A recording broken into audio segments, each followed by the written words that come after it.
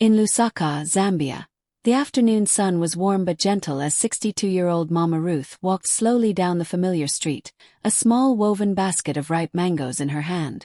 The sweet smell of the fruit reminded her of her late husband, how they used to sit under the mango tree behind this very house, laughing and dreaming about their children's future. When she reached the gate, she paused for a moment, smoothing her faded chitenge and whispering a small prayer. It had been months since she last saw her grandchildren. She missed their laughter, their hugs, their tiny hands tugging at her dress. Smiling softly, she knocked on the front door. The sound of footsteps came from inside. Then the door opened, and there stood Tamara, her daughter-in-law, wearing a sharp expression and cold eyes. "Oh, it's you," Tamara said flatly, leaning on the doorframe as if she didn't plan to invite her in. Mama Ruth's smile didn't fade. "Yes, my daughter. I brought some mangoes for the children. They love them, don't they?" she said kindly, holding up the basket. Tamara rolled her eyes. "We don't need charity, Mama," she said with a small, mocking laugh. "You should have called before coming. We're busy." Mama Ruth's hand tightened around the basket. For a moment her eyes dimmed, but she quickly caught herself and smiled again. "I just wanted to see my grandchildren," she said softly. Tamara shrugged, her voice sharp. "Maybe next time. We have guests coming." And just like that she began to close the door. Mama Ruth stood still, heart heavy but face calm. She looked around at the walls, the garden, the porch she once swept with pride. Everything she and her late husband had built with love now felt like it belonged to strangers. As she turned to walk away, she whispered to herself, voice trembling but strong, "I built this house with love, and now I'm treated like a stranger in it." The mangoes swayed gently in her basket as she walked down the dusty road, her heart aching but her spirit unbroken.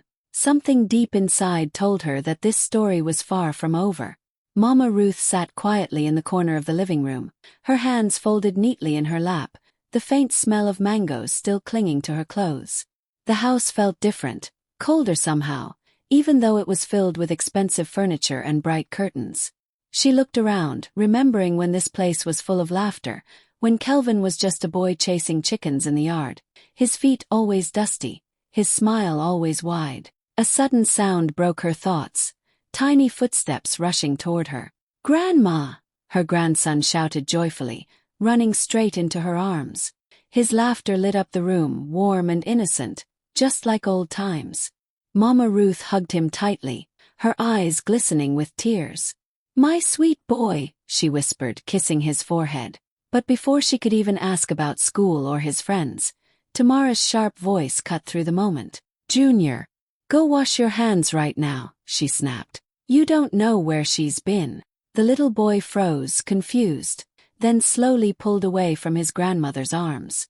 Mama Ruth smiled softly and nodded. "Go on, my child," she said, even though her heart cracked a little.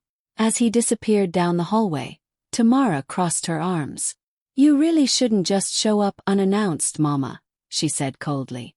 "Kelvin is very busy these days, and I don't like the house getting disturbed." Mama Ruth looked down at her hands, the wrinkles of age tracing her strength and her years of sacrifice. "I didn't mean to disturb anyone," she replied quietly. "I just wanted to see the children. It's been so long." Tamara scoffed, glancing at her phone. "Well, things are different now. We have schedules. You can't just come any time you want." Just then the door opened and Kelvin walked in, holding a briefcase.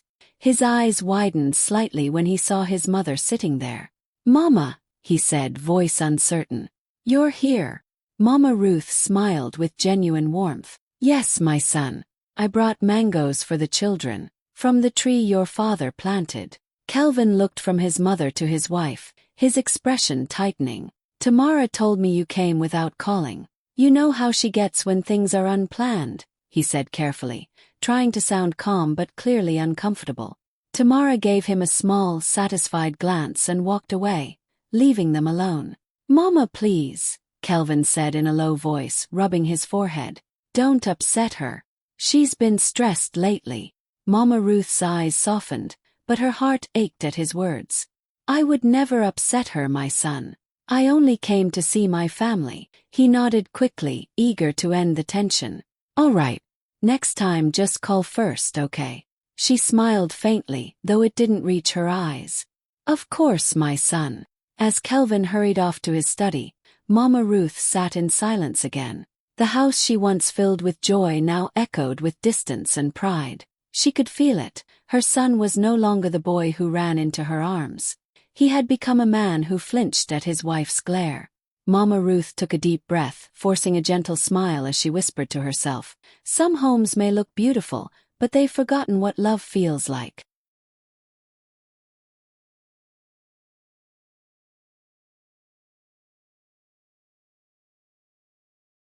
Weeks turned into months, and Tamara was no longer the same woman who had once thrown Mama Ruth's things out of the house. She had changed. Deeply, quietly, and beautifully. Every morning she helped in the small classroom, sitting with the girls, teaching them how to read, speak with confidence, and believe in themselves. But she didn't just teach from books. She taught from her mistakes. She would tell them softly, "Never think you're better than anyone. Pride can take everything from you. Real strength comes from kindness." The girls adored her, and many of them looked up to her like an older sister. Mama Ruth watched all this with quiet pride. The same woman who once insulted her for being too traditional now wore simple dresses, tied her hair back, and walked with humility. She laughed with the children, sang during lunch breaks, and even helped repair the old school benches. One day, the community held an event to celebrate the school's anniversary. Neighbors, parents, and even the village chief attended. When it was Tamara's turn to speak, she stood at the front, microphone trembling in her hands. Her voice was soft but honest. "I came here broken," she began. "I lost everything because I thought respect came from money and power. But Mama Ruth showed me what real respect means. It comes from love, humility, and forgiveness." The crowd went silent. Some people gasped. Others nodded. Tamara continued, her eyes wet with tears. "I called the police on the very woman who gave us a home. And yet, she opened her doors again when I had nowhere to go. That is the kind of grace I pray to have one day." When she finished, everyone clapped, not out of pity, but because they saw her sincerity. Even Mama Ruth wiped away a tear. Later that evening, Kelvin arrived at the school. He looked thinner, quieter, more thoughtful than before. "Mama," he said, kneeling slightly beside her chair. "Tamara told me everything. I want to help too, this time the right way." Mama Ruth placed her hand on his shoulder. "Then start by building, not taking," she said kindly. Together they began helping with the school, fixing the roof, painting walls, organizing food drives. Slowly, the family found peace again, not through money but through meaning. One afternoon, as the sun set over the hills, Mama Ruth stood outside, watching the children play. She smiled softly as she saw Tamara and Kelvin laughing together, handing out notebooks to the girls.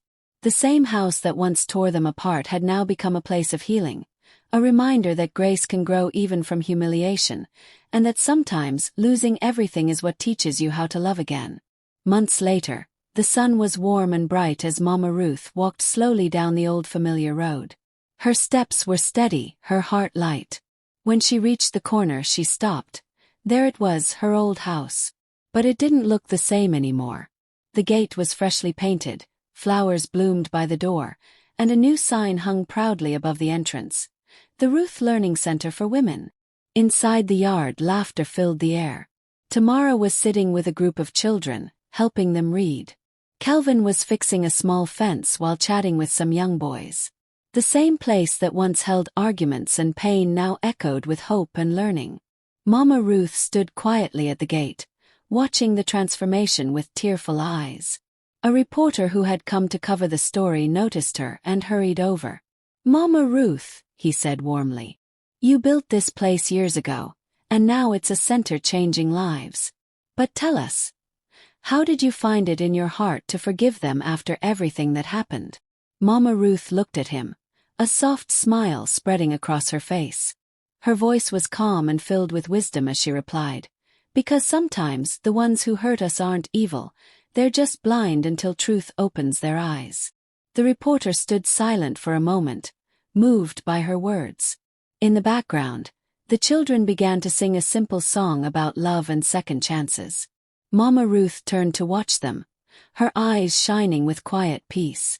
The camera slowly pulled back, showing the house, the laughter, and the golden sunset falling over the yard. What had once been a story of humiliation and pain had become one of healing, forgiveness, and grace. It wasn't about revenge anymore. It was about redemption. Days turned into weeks, and the air in the house grew heavier with each passing morning. Mama Ruth tried her best to keep peace. She cooked, cleaned quietly, and stayed out of Tamara's way. But no matter how kind she was, Tamara seemed determined to make her feel unwanted. One evening, Mama Ruth cooked a simple meal, nshima with vegetables, just the way Kelvin used to love it as a boy. She placed the food neatly on the table, hoping it might bring everyone together.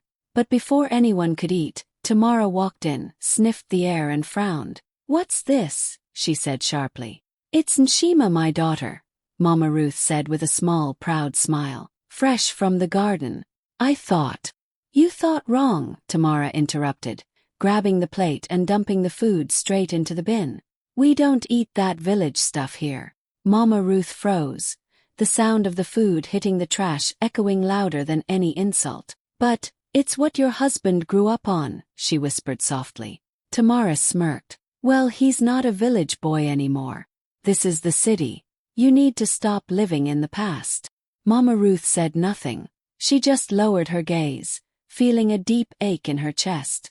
She missed the days when this house smelled of joy, of soap after a good cleaning, of laughter, of love. Now it only smelled of perfume, pride, and disrespect. The next morning she tried to brush it off. She dressed in her favorite bright chitenge and tied her scarf neatly. When Tamara saw her, she laughed cruelly. "Mama, why do you always dress like that? This is not a village market. You look like you just came from the farm." Mama Ruth touched her scarf gently. "This is who I am," she said quietly. "Your husband's mother.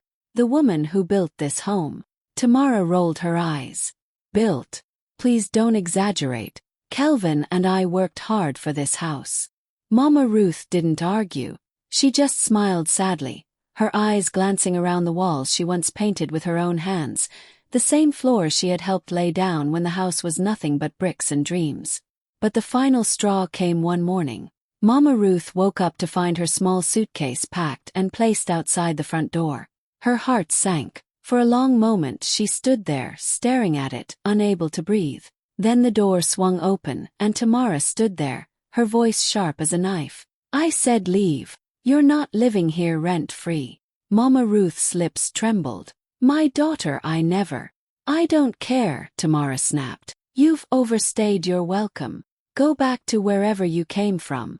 Mama Ruth's eyes filled with tears, but she didn't let them fall. She straightened her back, picked up her old suitcase, and looked at the house one last time.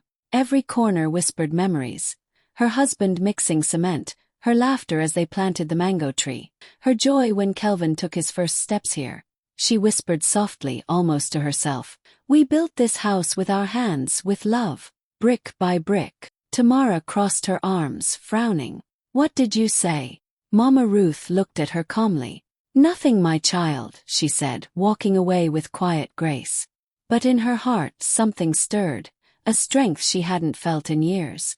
Because what Tamara didn't know was that the deed of that very house still carried one name, Mama Ruth's.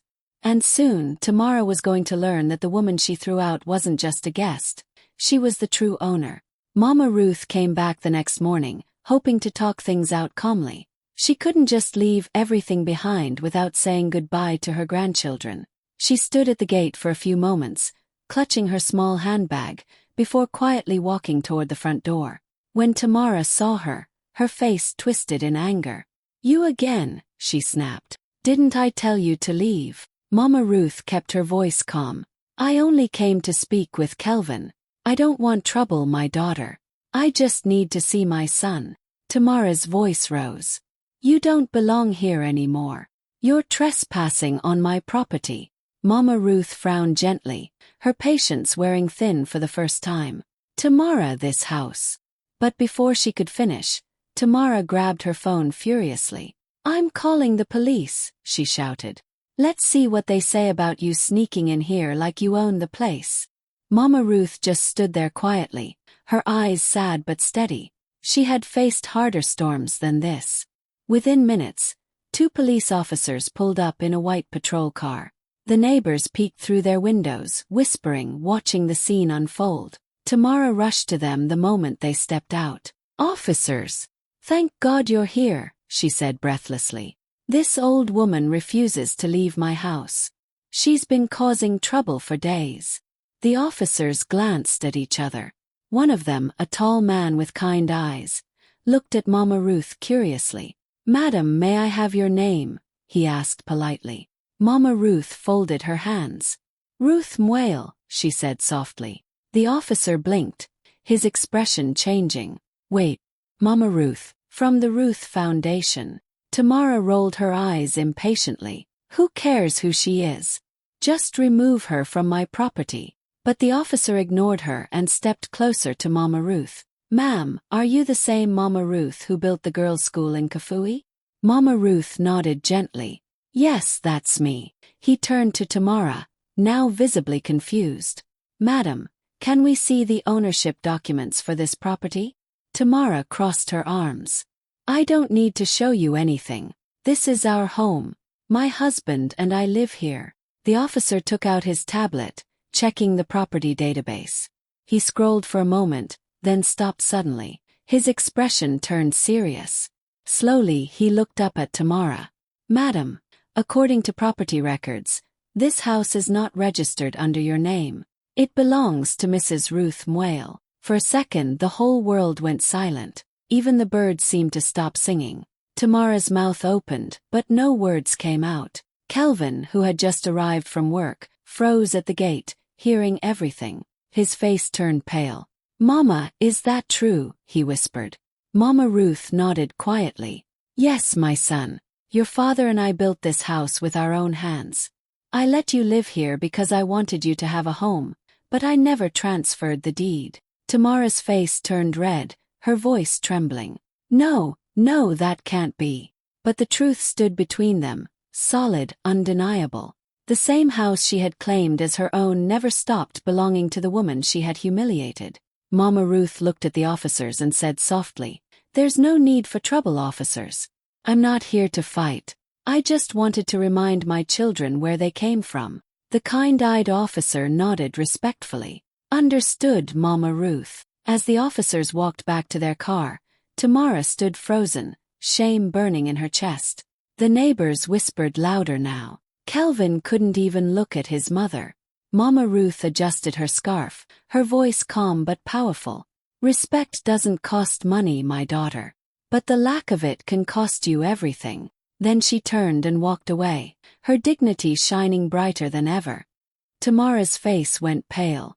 Her voice shook as she pointed at the officer. What do you mean? That can't be right. This house is ours. My husband and I live here." The officer didn't argue. He turned his tablet around, showing her the official document on the screen. "According to government records, this property is legally owned by Mrs. Ruth Mwale," he said calmly. "It was never transferred to anyone else."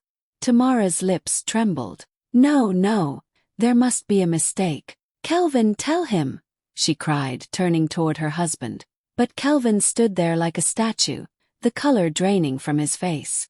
"Mama," he finally whispered, his voice small, full of guilt. "I didn't know. You never told me the house was still in your name." Mama Ruth looked at him gently. Her eyes were soft, not angry. "You never asked, my son," she said quietly. "Your father and I built this house with our hands. Every brick, every nail, every wall, we did it together. When he passed, I couldn't bear to see it empty. So I told you to move in. I wanted you to make it a home. But I never transferred the deed." The neighbors, who had gathered at their fences and windows, whispered among themselves. Some shook their heads. Others looked at Tamara with pity. The proud woman who always boasted about her beautiful home now stood exposed, her arrogance crushed under the weight of truth. Tamara's hands shook as she looked at Mama Ruth. "So, all this time this house wasn't even mine," she said weakly, tears beginning to form in her eyes. Mama Ruth's voice remained calm, though there was deep sadness behind it. No, my daughter. You've been living in my home, the one your father-in-law and I built from nothing. I let you stay out of love. But love doesn't deserve to be repaid with humiliation. The officers stood silently, unsure what to say. Even Kelvin couldn't meet his mother's eyes. He rubbed his hands over his face, ashamed. Mama, I'm so sorry, he said finally. I should have defended you. I let Tamara treat you badly under your own roof. Mama Ruth smiled faintly, her voice steady and full of quiet strength. It's all right, my son. A mother's heart forgives, but it never forgets. She turned slightly, looking at Tamara, who stood frozen in humiliation, tears now rolling down her cheeks. Tamara, she said softly, respect doesn't need wealth, but sometimes wealth must teach respect. Those words hung in the air like thunder. The neighbors stopped whispering. The officers exchanged glances. Even the wind seemed to pause. Mama Ruth adjusted her scarf, lifted her head high, and began to walk away. Her steps were slow but full of dignity. The basket of mangoes she had brought still sat near the door, untouched, forgotten amid the chaos. As she walked past the gate, one of the officers nodded respectfully. You handled that with grace, Mama, he said. Mama Ruth smiled gently. Grace is all a woman has when others forget who she truly is. Behind her, Tamara sank onto the doorstep, covering her face as shame and regret filled her heart. The same house she once used to look down on others had just reminded her, pride can never own what love built. The next few days in the neighborhood were filled with whispers. Everywhere Tamara went, she could feel eyes watching her, the shopkeeper pausing mid-sentence, the neighbor pretending to sweep but listening closely, the church women lowering their voices when she walked by. Everyone knew what had happened. Did you hear? Someone murmured at the corner store. Tamara called the police on her mother-in-law, the real owner of the house. Another woman sighed. Imagine, all that pride, and she didn't even know whose roof she was living under. Tamara tried to hold her head high, but the humiliation was heavy. Friends who once came over for tea stopped visiting. Her phone, once buzzing with messages and invitations, stayed silent. Even her own relatives avoided calling. The shame was too public, too deep. Kelvin tried to fix things. He went to see his mother, begging for forgiveness. But Mama Ruth was no longer in the city. She had quietly packed her few belongings and moved to a small house in the countryside, a place surrounded by tall trees, fresh air and peace. It was the kind of place her soul had longed for. She bought the land using the last of her late husband's savings and turned part of it into something special, a small school for girls who couldn't afford education. The sign outside read, "The Ruth Learning Center, for every girl with a dream." Each morning, Mama Ruth woke up to the laughter of children running through the grass, their bare feet covered in dew. She would stand by the window, her heart swelling with pride. This, she often whispered to herself, is the kind of home that no one can throw me out of. Her days were filled with purpose again. She taught the girls how to read, write, and believe in themselves. In the afternoons, she sat under the mango tree, telling them stories about courage, respect, and kindness. The same mango tree she had planted years ago had given her new fruit, not for eating but for healing. Meanwhile, back in Lusaka, Kelvin's business began to crumble.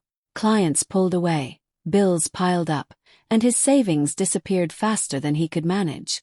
Tamara tried to keep up appearances, buying things she couldn't afford, pretending everything was fine. But deep down she knew, it wasn't just bad luck. Karma had begun her quiet work. Sometimes, Kelvin sat late at night staring at an old photo of his parents, his father's arm around Mama Ruth, both of them smiling in front of the half-built house. He finally understood what they had built wasn't just a house. It was legacy, patience, and love. And he had let pride destroy it. Back in the countryside, as the sun set behind the hills, Mama Ruth closed her eyes and smiled softly. The sound of children singing filled the air. She had lost a home but gained peace. Still, she knew deep in her heart, life wasn't done teaching Tamara and Kelvin their lesson. Karma was slow but it never forgot. Months passed, and Tamara's perfect image started to fall apart, piece by piece. She still wore designer clothes and posted smiling selfies, pretending everything was fine, but behind the scenes, her life was crumbling. The credit card bills stacked up on the kitchen table. The phone never stopped ringing. Debt collectors, landlords, banks. Yet, Tamara refused to stop spending. Every new bag, every fancy dinner, was just her way of proving she was still that woman. The one who once lived in Mama Ruth's big house. The one who thought money made her untouchable. Kelvin tried to hold things together, but his business was already collapsing. Clients stopped calling and his reputation was damaged. Everyone in town remembered the story, how his wife had called the police on the real owner of the house. No one trusted him anymore. Shame followed him like a shadow. One night, the lights went out in their apartment. The power bill hadn't been paid. Tamara sat in the dark, holding her phone, scrolling through old photos of the house they used to live in. Her eyes filled with tears. "We had everything," she whispered. "And I lost it all because I couldn't stay humble." Kelvin, tired and broken, finally decided to go see his mother. He hadn't seen Mama Ruth since the day of the incident. The road to her new countryside home felt longer than ever. When he arrived, he saw children playing outside, girls laughing, learning, running around. His mother stood nearby, helping one of them with her schoolwork. She looked peaceful, younger even, as if she had left all her pain behind. Kelvin's voice cracked as he said, "Mama." She turned slowly, surprise flickering across her face, then calm understanding. "Kelvin," she said softly, "you look tired." He nodded, his eyes welling up. "I made so many mistakes, Mama. I let pride ruin everything. I hurt you, and I let Tamara disrespect you." His voice broke completely. "Please forgive me." Mama Ruth stepped closer and placed her hand on his shoulder. "I forgave you long ago," she said gently. "But forgiveness doesn't rebuild what pride burned." Those words hit him deep. He lowered his head, unable to look at her. He finally saw what he had lost. Not just the house, not just money, but peace, respect, and his mother's trust. Before leaving, Mama Ruth handed him a small basket of fruit. "You'll always be my son," she said kindly, "but life will teach you what I couldn't." As Kelvin walked away, he looked back at his mother surrounded by the children she was now teaching. Strong, kind, and free. He realized she had built a better life out of the ashes of his mistakes.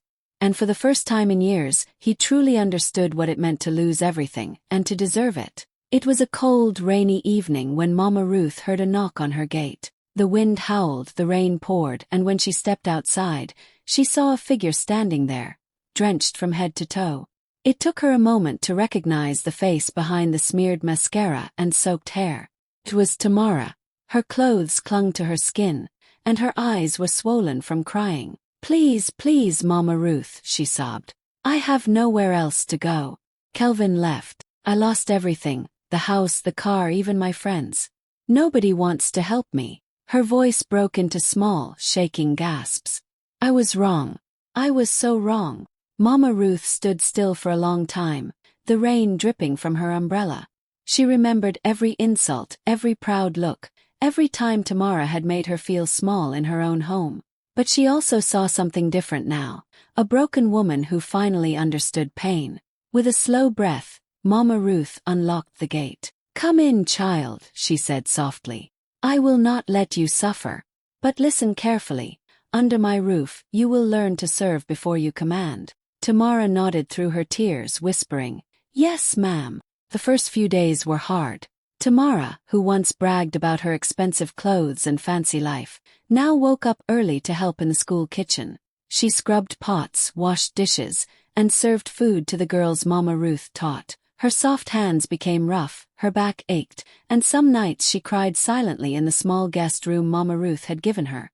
But something began to change. Each morning, the little girls ran up to her with smiles, calling her Auntie Tamara. They thanked her for the food, shared their stories, and sometimes hugged her tight after class. She started laughing again, real warm laughter she hadn't felt in years. One evening, while helping Mama Ruth prepare dinner, Tamara said quietly, "I used to think family was about power, about who had more. But here, I see it's about love and care. About lifting each other, not breaking each other. Mama Ruth looked at her and smiled faintly. Now you understand, she said. That lesson was waiting for you all along. As the rain began again outside, Tamara helped close the windows and smiled softly. This time she didn't feel ashamed. She felt thankful, because losing everything had finally helped her find what truly mattered. Weeks turned into months, and Tamara was no longer the same woman who had once thrown Mama Ruth's things out of the house. She had changed, deeply, quietly, and beautifully. Every morning she helped in the small classroom, sitting with the girls, teaching them how to read, speak with confidence, and believe in themselves. But she didn't just teach from books. She taught from her mistakes. She would tell them softly, "Never think you're better than anyone. Pride can take everything from you. Real strength comes from kindness." The girls adored her, and many of them looked up to her like an older sister. Mama Ruth watched all this with quiet pride. The same woman who once insulted her for being too traditional now wore simple dresses, tied her hair back, and walked with humility. She laughed with the children, sang during lunch breaks, and even helped repair the old school benches. One day, the community held an event to celebrate the school's anniversary. Neighbors, parents, and even the village chief attended. When it was Tamara's turn to speak, she stood at the front, microphone trembling in her hands. Her voice was soft but honest. "I came here broken," she began. "I lost everything because I thought respect came from money and power. But Mama Ruth showed me what real respect means. It comes from love, humility, and forgiveness." The crowd went silent. Some people gasped, others nodded. Tamara continued, her eyes wet with tears. "I called the police on the very woman who gave us a home. And yet, she opened her doors again when I had nowhere to go. That is the kind of grace I pray to have one day." When she finished, everyone clapped, not out of pity, but because they saw her sincerity. Even Mama Ruth wiped away a tear. Later that evening, Kelvin arrived at the school. He looked thinner, quieter, more thoughtful than before. "Mama," he said, kneeling slightly beside her chair. "Tamara told me everything. I want to help too, this time the right way." Mama Ruth placed her hand on his shoulder. "Then start by building, not taking," she said kindly. Together they began helping with the school, fixing the roof, painting walls, organizing food drives. Slowly, the family found peace again, not through money but through meaning. One afternoon, as the sun set over the hills, Mama Ruth stood outside, watching the children play. She smiled softly as she saw Tamara and Kelvin laughing together, handing out notebooks to the girls. The same house that once tore them apart had now become a place of healing, a reminder that grace can grow even from humiliation, and that sometimes losing everything is what teaches you how to love again. Months later, the sun was warm and bright as Mama Ruth walked slowly down the old familiar road. Her steps were steady, her heart light. When she reached the corner, she stopped. There it was, her old house. But it didn't look the same anymore. The gate was freshly painted, flowers bloomed by the door, and a new sign hung proudly above the entrance. The Ruth Learning Center for Women.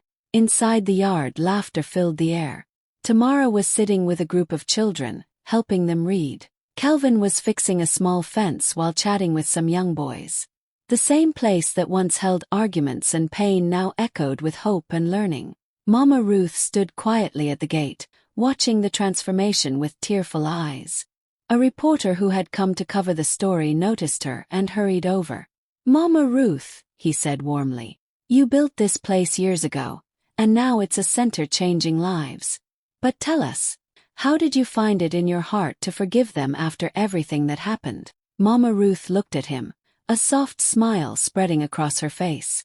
Her voice was calm and filled with wisdom as she replied, "Because sometimes the ones who hurt us aren't evil, they're just blind until truth opens their eyes." The reporter stood silent for a moment, moved by her words. In the background, the children began to sing a simple song about love and second chances. Mama Ruth turned to watch them, her eyes shining with quiet peace. The camera slowly pulled back, showing the house, the laughter, and the golden sunset falling over the yard. What had once been a story of humiliation and pain had become one of healing, forgiveness, and grace. It wasn't about revenge anymore. It was about redemption.